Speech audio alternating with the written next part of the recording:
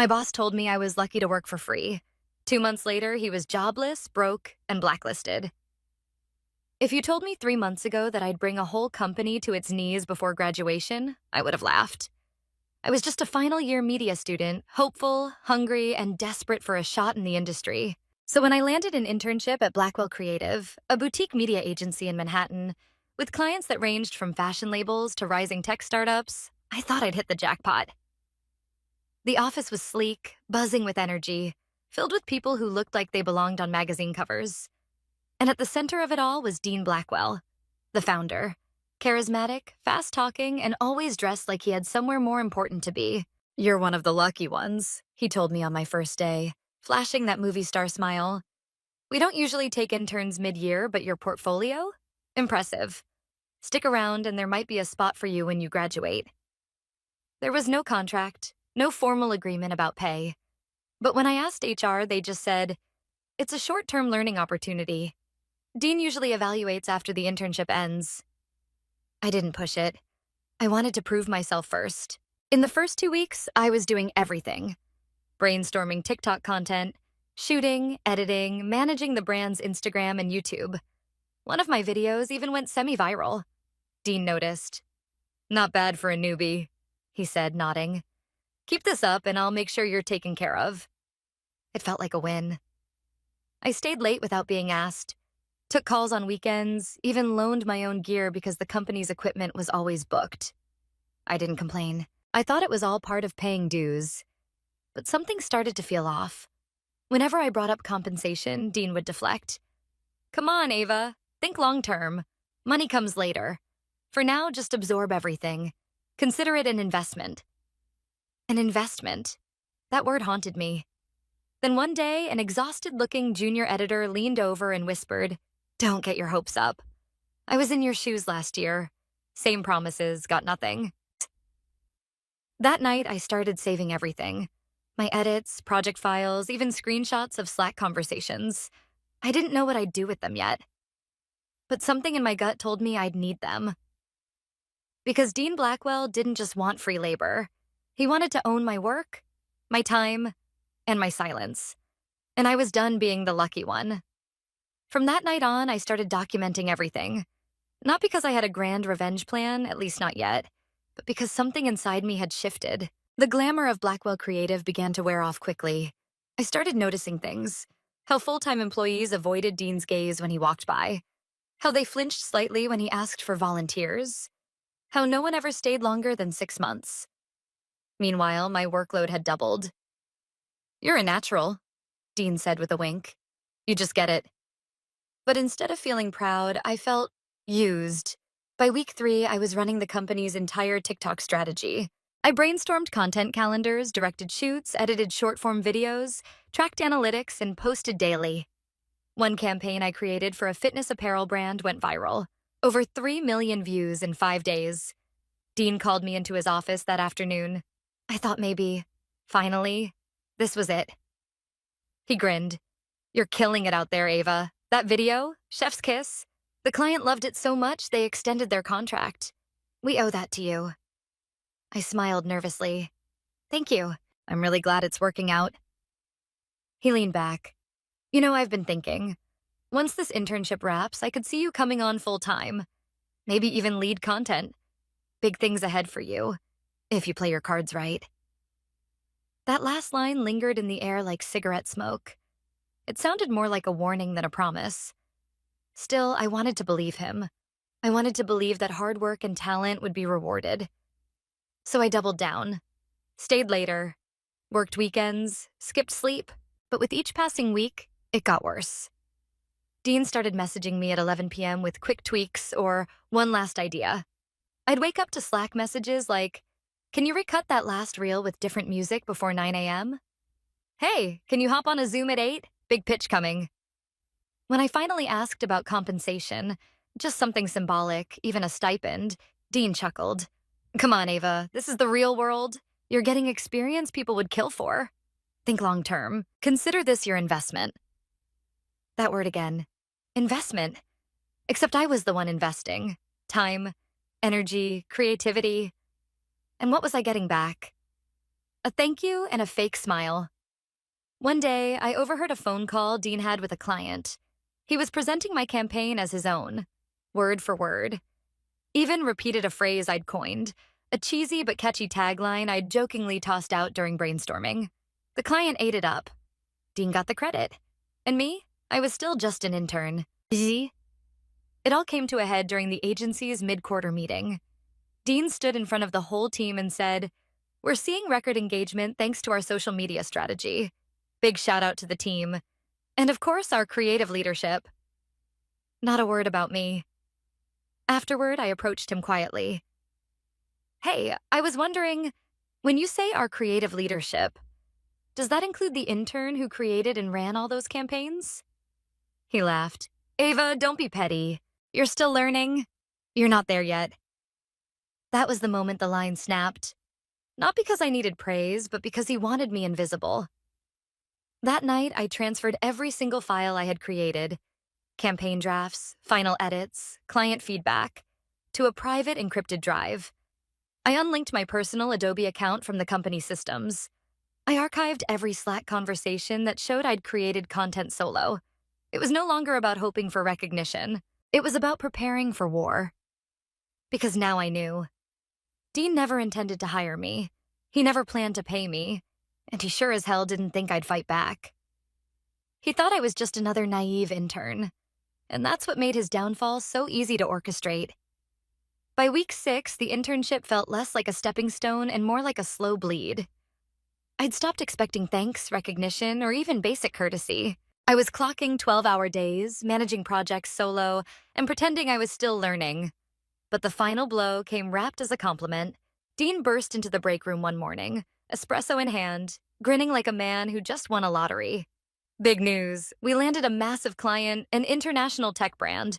They want a Gen Z targeted digital campaign, super edgy, platform first. Ava, this has your name written all over it." At first, I hesitated. Was this finally a real opportunity? Or another bait? Before I could respond, he slapped a manila folder on the table.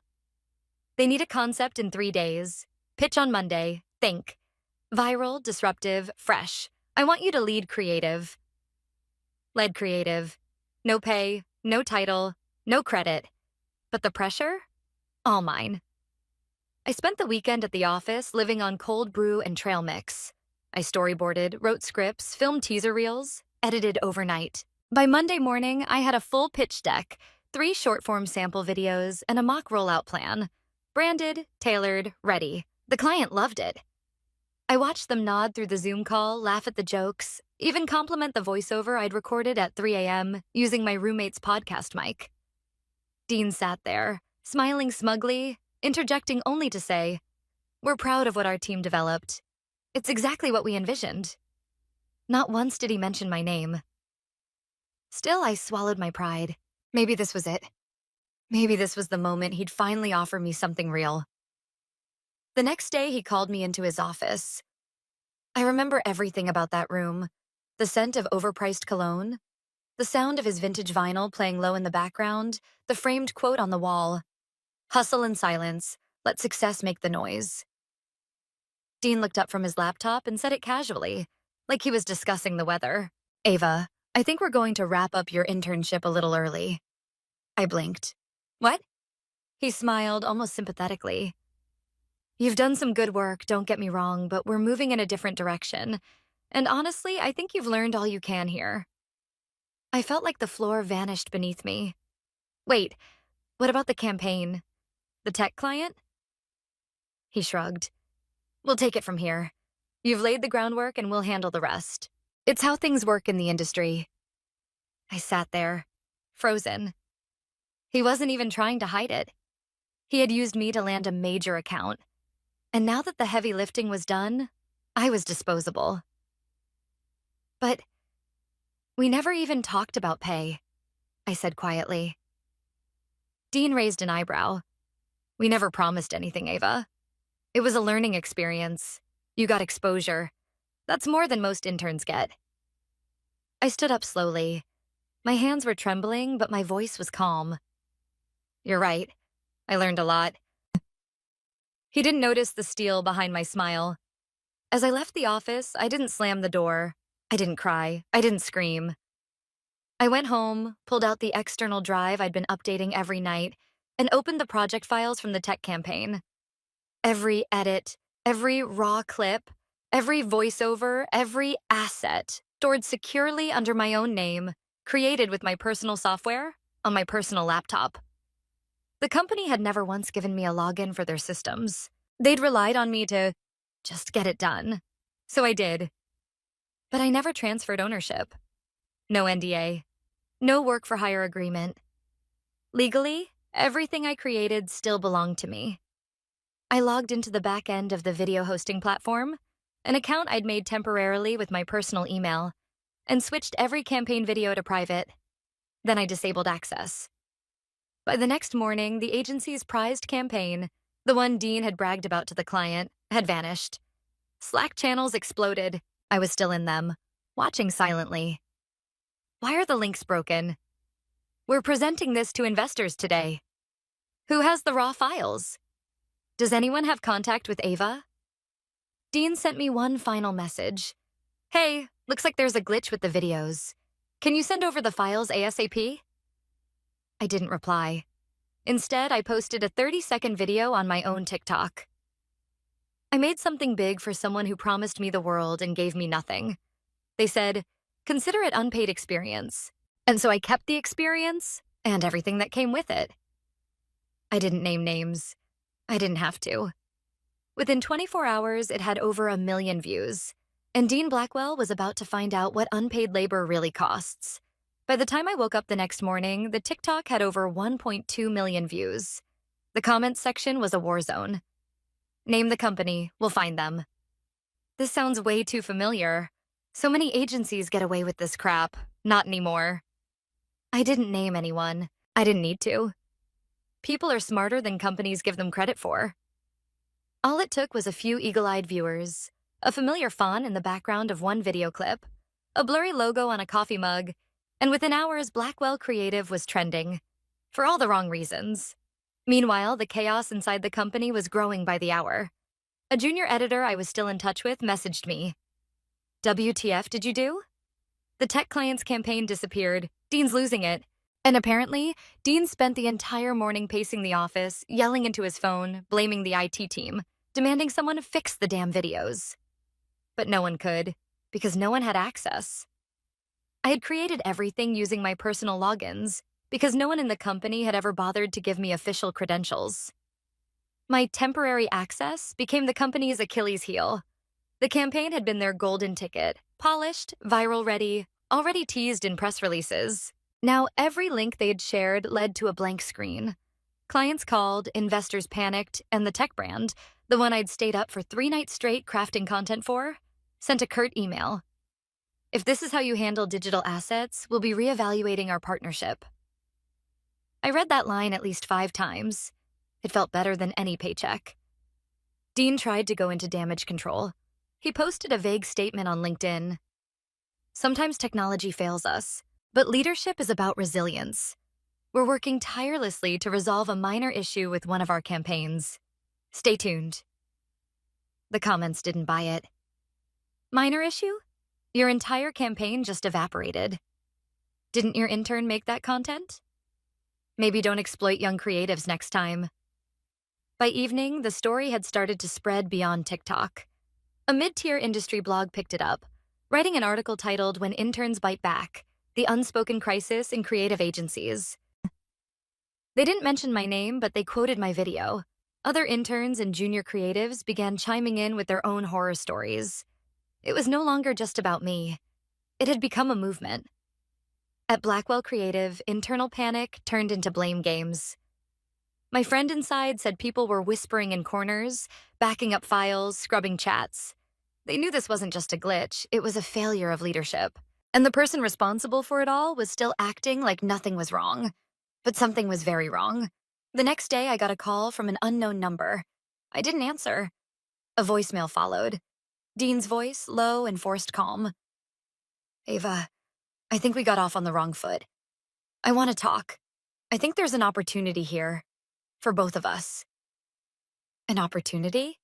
He sounded like a man standing on a cliff, trying to sell parachutes after pushing people off. I didn't call back. Instead, I made a second video. No music, no clever editing, just me, looking into the camera. They say exposure is worth more than money, so here's some exposure, for the truth. Then I showed receipts. Not just about my campaign, but screenshots of Slack messages, emails, text requests at midnight, files showing who really made what. Again, no company name, just evidence. The internet connected the rest. That night, the agency's official Instagram went dark. The last 5 videos disappeared. Comments were disabled. Their follower count dropped by thousands. And Dean? He was still pretending it was a tech glitch. But the truth was out. And I was just getting started. 2 days after my second video, I heard the words I'd been waiting for. Dean Blackwell was going live. He'd announced a press update across the agency's social platforms, claiming he'd be clearing the air and addressing recent misinformation. As the post was vague, performative, exactly what I expected. The live stream was scheduled for noon Friday. By 11:50 a.m., more than 9,000 people were waiting in the virtual lobby. Clients, journalists, former interns, hate watchers, and curious bystanders who had followed the unfolding drama online. I was watching too, not with popcorn, but with a kind of focused calm. Everything he said now would be permanent, on record, and I knew exactly what was coming. The camera opened to Dean sitting in a minimalist, too-white office. He wore his signature blazer, no tie, sleeves rolled up like he was the underdog fighting to keep the ship afloat. He smiled, polished but tight. First off, thank you to everyone who's joined. We've had a bit of turbulence this past week, and I want to take a moment to address it, leader to audience, human to human. He leaned forward. We recently experienced a technical issue with one of our key campaigns. We're working with our internal teams and cloud providers to resolve it as quickly as possible. No data has been lost permanently. Let me be clear, this was not sabotage. It was not some intern seeking revenge. That narrative, while entertaining, is false. The chat exploded. False? We saw the videos. Give credit where it's due, Dean. Say her name. Then came the moment that cracked the entire facade. A comment pinned to the top of the live chat by a user named @TruthLeaks appeared. Want to see the false narrative? Here's Dean admitting everything. And there it was. An audio file. Crystal clear. Dean's voice unmistakable. She's just a kid. Used her for the campaign. We'll cut her loose after the client signs. She doesn't even have a contract. It's fine. The file had been recorded weeks ago by one of Dean's own junior employees. Someone who'd had enough. Someone who had sent the clip anonymously to a media watchdog account. Dean froze. You could literally see the moment his heart skipped. He blinked, stared into the camera, tried to smile. We don't know the authenticity of that, but it was too late. The chat went feral. Exploit and discard. Your real strategy.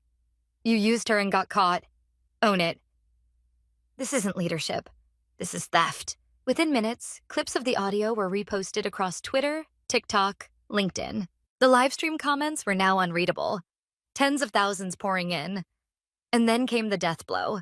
The podcast dropped. I hadn't planned on releasing it that day, but after the audio leaked, the timing was perfect. In a pre-recorded episode with a well-known journalist who covered workplace equity, I shared everything. Names, dates, contracts, or lack thereof.